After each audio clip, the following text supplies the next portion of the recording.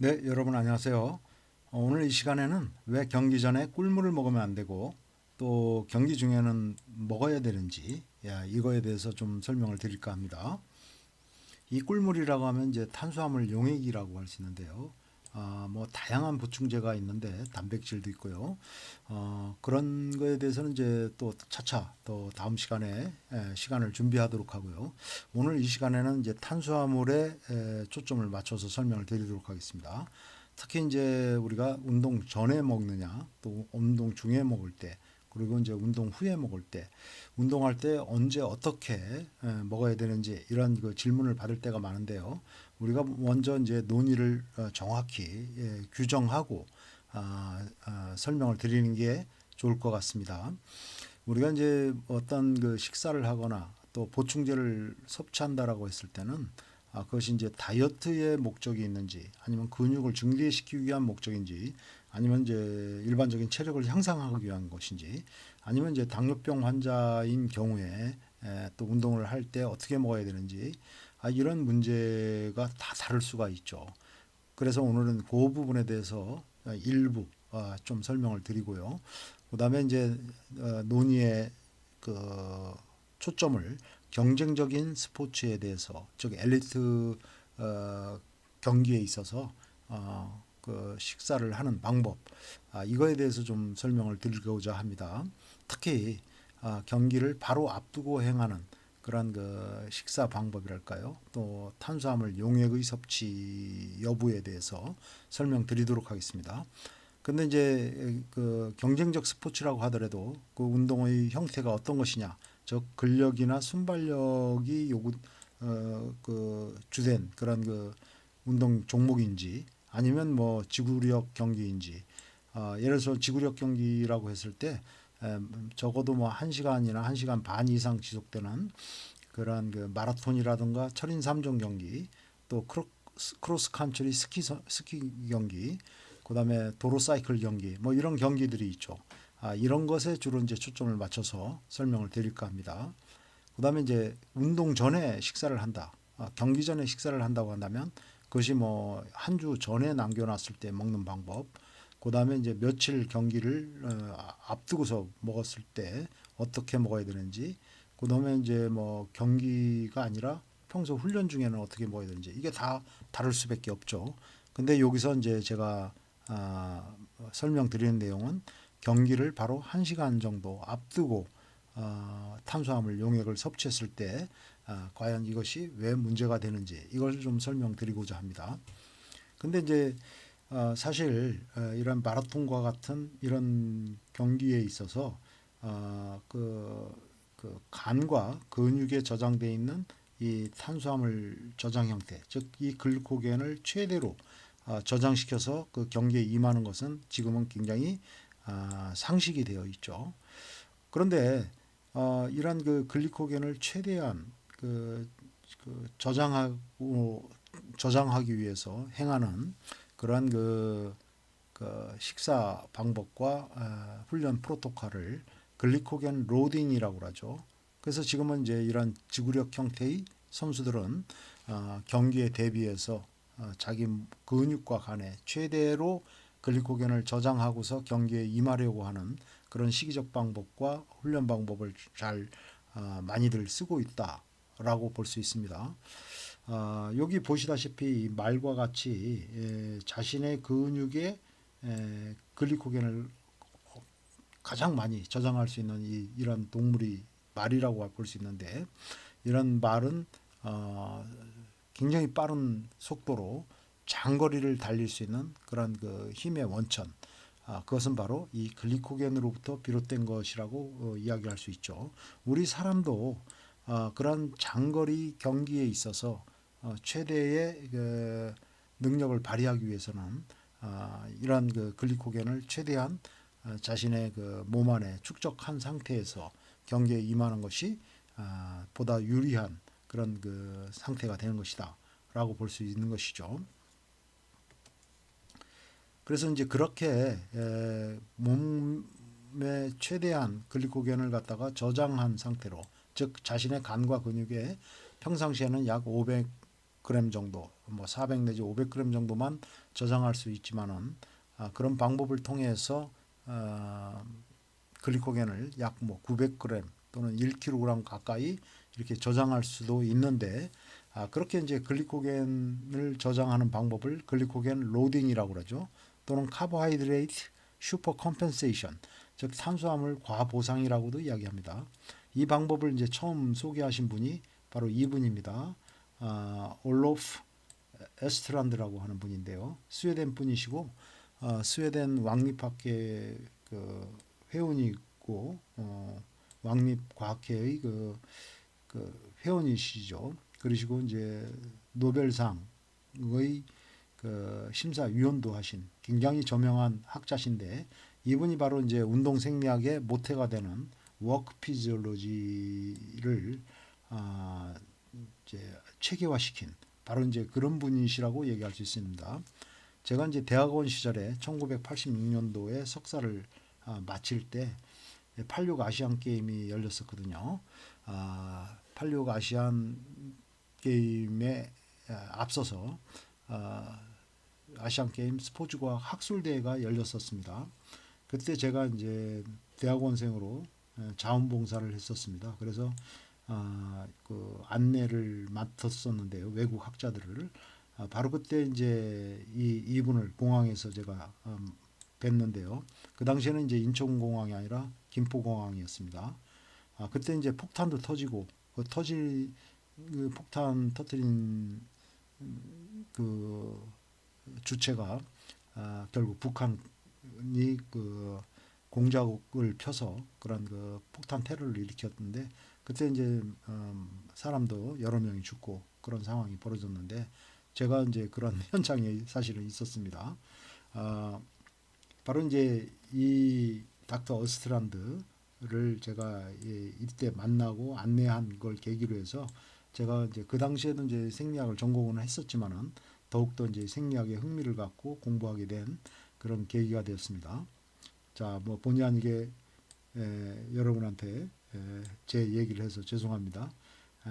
라떼는이라고 요즘 그러는데 양해해 주시기 부탁드리겠습니다. 어쨌든 이제 이 글리코겐 부하라고 하는 방법을 이 그림은 이제 한 가지 방법을 소개하고 있는 거라고 볼 수 있는데 여기 보시게 되면 이제 Y축이 운동 시간, 즉 운동량이라고 여러분이 이해하시면 되겠습니다. 그래서 이제 경기가 이 시점에 경기가 있다고 한다면은 한 일주일 앞두고서 뭐 굉장히 운동량을 늘려서 운동을 하는 것이죠. 그 높은 강도와 운동량을 늘려서 운동하면은 자신의 이제 몸 안에 간과 근육에 글리코겐이 많이 고갈되겠죠. 그 다음에 이제 점차적으로 운동량을 갖다가 감소시켜 나가서 마침내 이제 경기를 하루 앞두고는 거의 이제 워밍업, 컨디셔닝 조절을 하는 정도의 운동만 수행을 하는 것이죠. 바로 이런 상태로 이제 경기를 대비하게 되는데 이때 이제 탄수화물 섭취를 어떻게 하느냐 하면은 평상시 이렇게 탄수화물 섭취 비율을 평상시처럼 가져가거나 좀 적게 먹죠. 그렇게 먹게 되면은 이 운동량을 늘린 거에 의해서 몸 안의 탄수화물량은 감소하는데 이 탄수화물 섭취 비율도 좀 낮추거나 그대로 하니까 몸 안의 탄수화물 저장량이 감소하게 되는 것이죠. 그러다가 이제 경기를 한 3, 4일 앞두고서 탄수화물 그 섭취량을 많이 늘리는 것이죠. 그래서 고탄수화물 식사를 합니다. 경기가 시작되기 전까지 약 뭐 80%, 75% 되는 정도의 탄수화물 갖다 이렇게 섭취를 하게 되면 평상시에는 뭐 400 내지 500g 정도밖에 탄수화물을 저장할 수 없다가도 바로 이제 경기를 바로 앞두게 되면은 탄수화물을 뭐 900g 뭐 그 이상 그렇게 이제 저장할 수 있는 그런 그 능력이 생기게 되는데 바로 이제 그런 상태에서 경기에 들어가는 그러한 것을 글리코겐 로딩이다, 글리코겐 부하다 이렇게 이야기를 하고 있죠. 이것은 이제 하나의 예시를 든 것이니까요. 그냥 참조해 주시면 좋겠고요. 자, 그러면 이제 요 그림을 통해서는 운동 중에 우리 몸에 호르몬이 어떻게 변하고 그것이 이제 지질 동원과 어떤 관련을 가지고 있는지 좀 설명을 드리고 다음 슬라이드를 또 설명드리도록 하겠습니다. 우리가 운동을 하면 교감신경계가 흥분하면서 요 부신이라는 곳에서 이제 소위 그 부신 교감계 호르몬이 분비됩니다. 바로 이제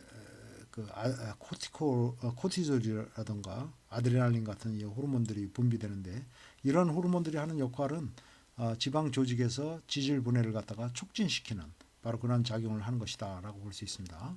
그래서 이제 중성 지방이 그리세롤과 지방산을 분해돼서 나오게 되는 것이죠. 그런데 이러한 그 호르몬들이 또 한 가지 하는 역할은 이 췌장이죠. 췌장의 베타 세포로부터 인슐린의 분비를 갖다가 억제하는 것이다. 즉 인슐린 분비를 갖다가 억제를 함으로써 어떤 일이 벌어지게 되냐면 지질 분해가 억제되는 것이죠. 즉 인슐린은 억제되는 것이 아니라 인슐린은 지질 분해를 갖다가 억제하는 작용을 가지고 있기 때문에 인슐린 분비가 억제되게 되면은 지질 분해가 더욱더 활발하게 이루어지게 된다. 이렇게 얘기할 수 있습니다. 이렇게 이제 이 코티졸이나 아드레날린은 인슐린 분비를 억제함으로써 이러한 그 지방 조직으로부터 지질 분해가 일어난 것을 방해하지 않는 그런 그 운동 중에 일종의 그 적응 현상이라고 이야기할 수 있는데요.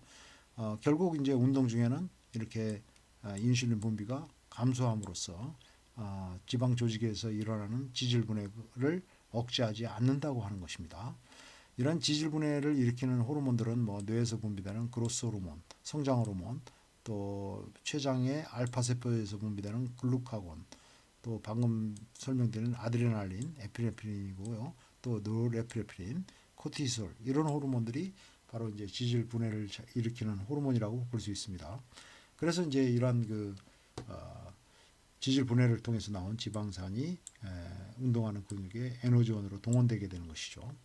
그래서 운동할 때 이런 교감신경계의 흥분에 의해서 결과적으로는 이제 인슐린 분비가 억제되는 것 이런 현상이 나타나는데 이런 현상은 운동 중에 지방 조직으로부터 지질 분해를 억제하지 않기 위한 인체의 일종의 적응 현상이다라고도 해석할 수 있는 것이죠. 자, 그러면 이제 요 그림을 보면서 우리가 이제 말씀드린 그런 경기에 앞서서 지구성 경기에 앞서서 이런 탄수화물 용액 또는 꿀물을 섭취했을 경우에 어떤 문제가 있는지를 설명드리도록 하겠습니다. 여기 그림을 보시게 되면 요 0이라고 표시된 곳, 즉 이 점선 부분부터 운동을 시작을 한 것이죠. 운동이란 이제 경기를 시작한 것인데요. 1시간 전에 한 그룹은 이제 수분을 섭취했고 또 한 번은 글루코스 용액을 섭취했다고 이제 하면은 포도당 용액을 섭취했습니다. 이렇게 섭취하다 보니까 수분 섭취 그룹은 이제 혈당의 변화가 없죠. 그럼 운동 시작하는 동안에도 한동안 이때까지도 혈당의 변화가 없다가 운동의 이제 후반기에 가서 비로소 혈당이 떨어지는 모습을 보입니다. 그런데 이 포도당 용액을 섭취한 그룹은 경기 시작 전까지 계속 혈당 수준이 높아지는 상태를 보이게 되죠. 이렇게 보였는데 운동을 시작하고 나서 60분이 채 안 돼서 더 많이 떨어지는 현상을 본 수분을 섭취한 그룹보다 오히려 더 빨리 이 혈당이 떨어지는 그런 양상을 우리가 볼 수가 있습니다. 자, 이렇게 혈당이 오히려 더 빨리 떨어지는 이유는 어떤 이유에선가 이것을 설명드리도록 하겠습니다. 이 그림을 보게 되면 혈액 중 인슐린 수준을 나타내는 것입니다. 그래서 포도당 용액을 섭취한 그룹은 이렇게 혈당이 상승하는 것에 따라서 인슐린의 수준도 이렇게 함께 증가하게 되겠죠. 그래서 이제 경기를 시작하는 순간 이미 인슐린이 굉장히 높은 수준에서 운동을 시작하게 되는 것이죠. 이제 경기를 시작한다라고 볼 수 있습니다. 그래서 운동하는 내내 인슐린 수준이 매우 높은 수준을 유지하는 것을 갖다가 볼 수 있습니다. 바로 이 인슐린이라고 하는 것은 혈당을 세포 안으로 집어넣어주는 역할을 하는 것이죠. 그러니까 이제 그러한 영향 때문에 바로 이 혈당이 수분을 섭취한 그룹보다도 오히려 더 많이 감소하는 양상으로 나타나더라. 그러나 이게 수분 섭취한 그룹은 오히려 이제 아까 말씀드린 교감신경계의 억제 작용에 의해서 오히려 인슐린 수준이 이렇게 약간 감소하는, 계속 억제되는 그런 형태로 운동 경기 내내 이렇게 억제되는 형태를 볼 수가 있습니다. 자, 이것을 이제 이 그림을 보면서 좀 설명을 드리면은 바로 이제 우리가 그런 탄수화물 용액을 섭취했을 때는 혈당이 상승하죠. 그러면 이제 인슐린 반응이 나타납니다. 혈중 인슐린 수준이 높아지게 되는 것이죠. 이렇게 혈중 인슐린 수준이 높아지면 이것이 지질 분해도 억제하고 지질 동원을 억제하는 동시에 혈당의 근유입을 갖다가 증가시키게 되는 것입니다. 그러니까 이제 근육은 상대적으로 탄수화물, 즉 글리코겐을 더 빨리 쓰게 되는 것이죠. 그렇게 되면 근글리코겐의 고갈이 더 일찍 나타나고 또 이어서 혈당의 감소도 더 빨리 나타나더라. 그런데 이제 장시간 그 운동하는 중에 우리가 느끼는 그런 피로의 주된 원인 중에 하나가 근글리코겐의 고갈을 들 수가 있고요. 또 혈당의 감소도 전신 피로를 야기시키는 굉장히 중요한 요인이라는 점을 말씀드릴 수 있습니다. 물론 이러한 경우는 뭐 단거리 또는 중거리에서는 전혀 뭐 해당되는 얘기가 아니고요. 적어도 1시간 반 뭐 이 정도 지속되는 그런 형태의 운동에 해당하는 말이라고 할 수 있습니다. 자, 요것은 인슐린이 이제 분비되어서 말씀드렸듯이 이제 혈당을 상승시키는 그런 그 탄수화물 용액을 먹었을 때 혈당이 상승하고 그거에 이제 반응해서 인슐린 수준도 이 췌장으로부터 많이 증가하게 되는 거죠. 그러면 이제 인슐린이 혈행을 따라서 이렇게 작용하는 모습을 볼 수 있습니다. 혈액 중에 이제 인슐린 수준이 높아지게 되는 것이죠. 그러면 이 인슐린이 하는 역할은 1차적으로는 혈당을 세포 안으로 빨리 집어넣어주는 역할을 하죠. 활발하게 혈당이 세포 안으로 더 많이 들어가게 됩니다. 또 한편으로 이 인슐린이 하는 역할은 지방 조직에서 지질 분해를 갖다가 억제한다는 것이죠.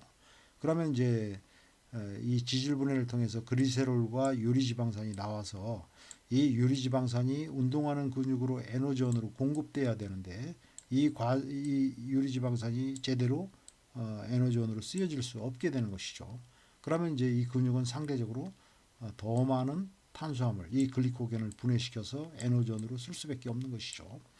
자, 그래서 이제 글루코스 6포스페이트, 즉 글루코스 6인산 이걸 포도당으로 똑같이 여러분이 이해하시면 되겠습니다. 그래서 바로 이것이 이제 에너지원으로 더 활발하게 이용되는 것이다라는 점을 말씀드릴 수 있습니다.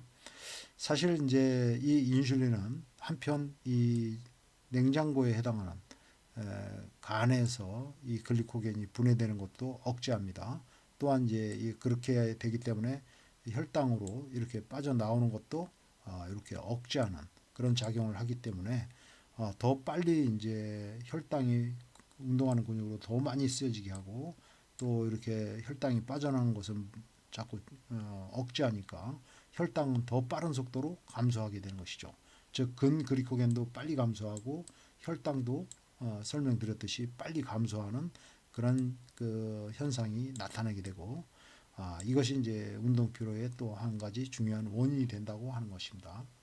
참고로 말씀드리면 이렇게 이제 자연적으로 췌장에서 분비되는 외부로부터 주사를 맞아서 들어오는 인슐린이 아니고요.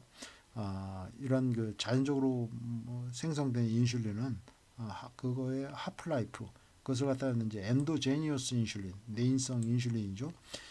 이렇게 인슐린은 그 반감기가 뭐 4분에서 6분 또는 뭐 10분 그 정도로 알려지고 있습니다.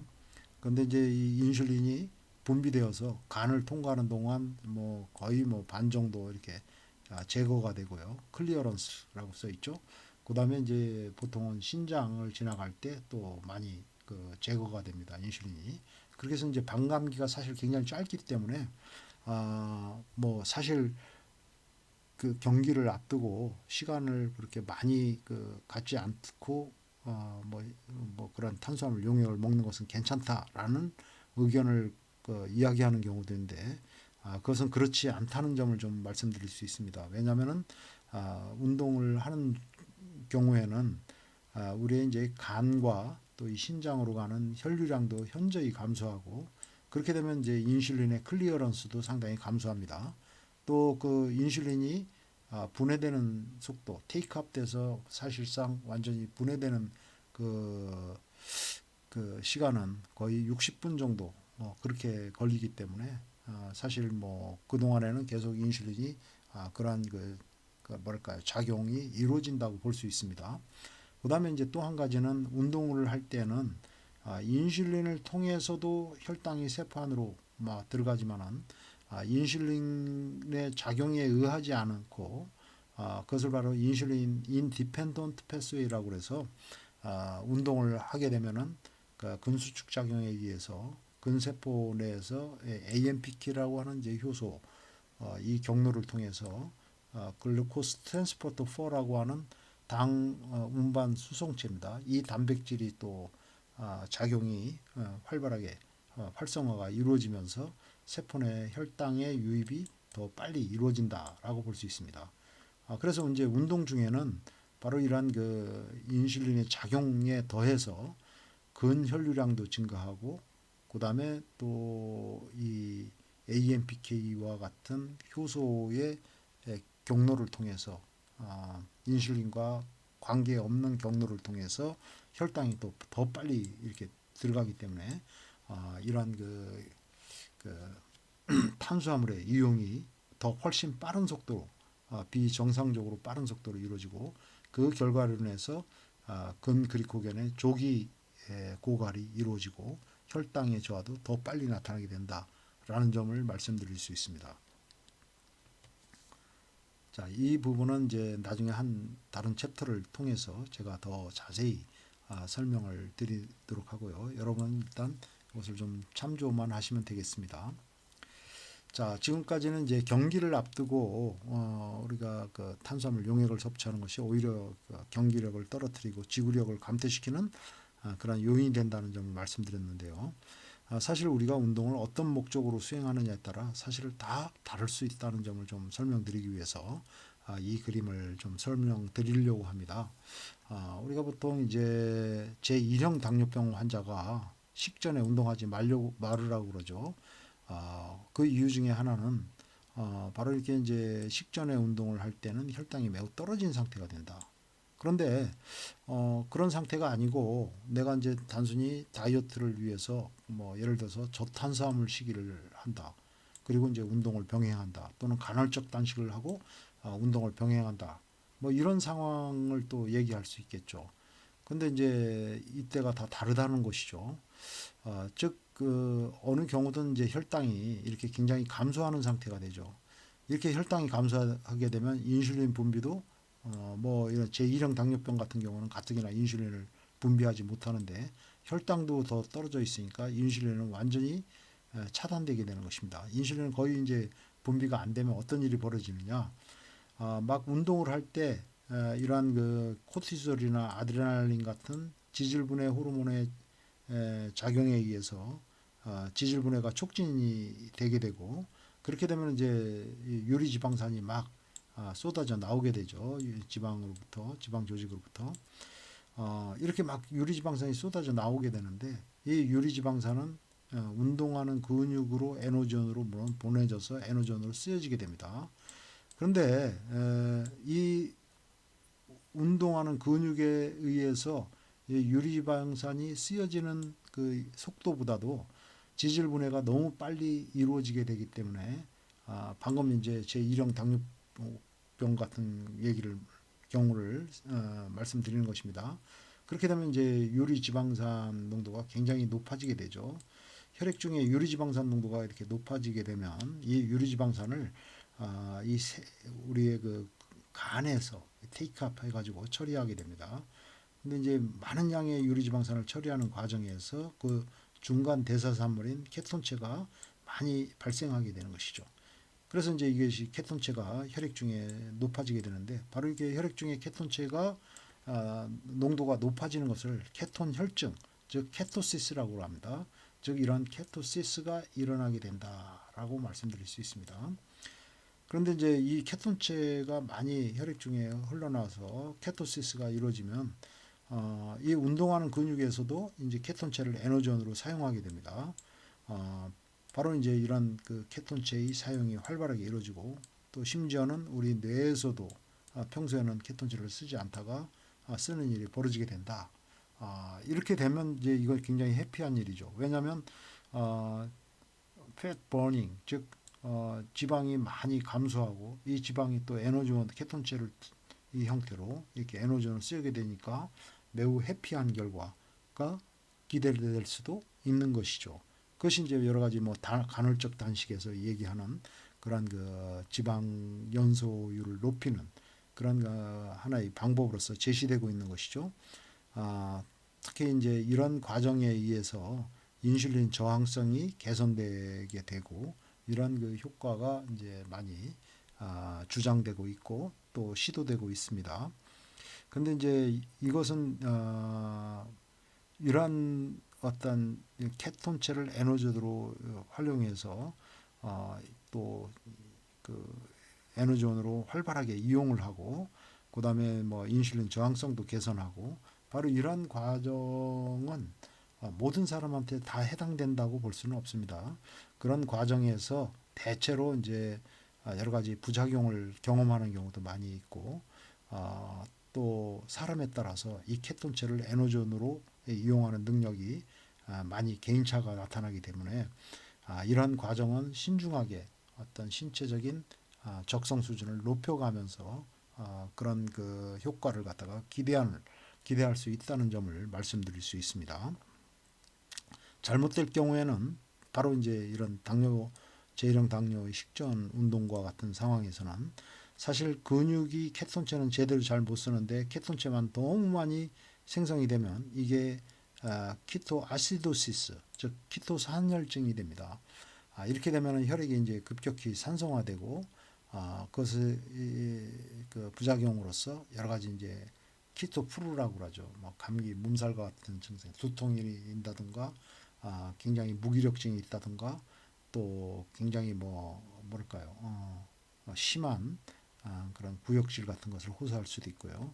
뭐 이런 그 여러 가지 증상이 나타나고 심하면 또 사실 혼수 상태를 초래할 수도 있고 이런 이제 문제를 가지고 있다고 하는 것입니다. 그래서 뭐 모든 것이 다 그 모든 사람에게 있어서 뭐 운동하는 중에 무조건 공복식 운동을 해야 된다. 이것은 이제 맞지 않는 것이고요. 또 사람에 따라서 이 혈당이 떨어지는 것에 대한 각각의 그 민감도가 굉장히 커다란 차이가 있습니다. 즉 이 혈당이 떨어지면 그로 인해서 심한 피로감을 호소하게 되고 그렇게 되면 자기가 이제 평소 운동하는 것보다도 훨씬 더 운동을 잘 못하게 되는 그런 그 부작용이 나타날 수도 있다는 것입니다.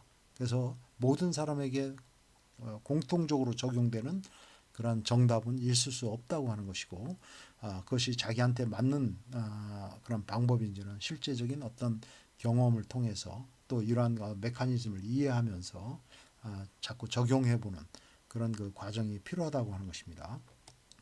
네, 끝까지 경청해 주셔서 대단히 감사합니다.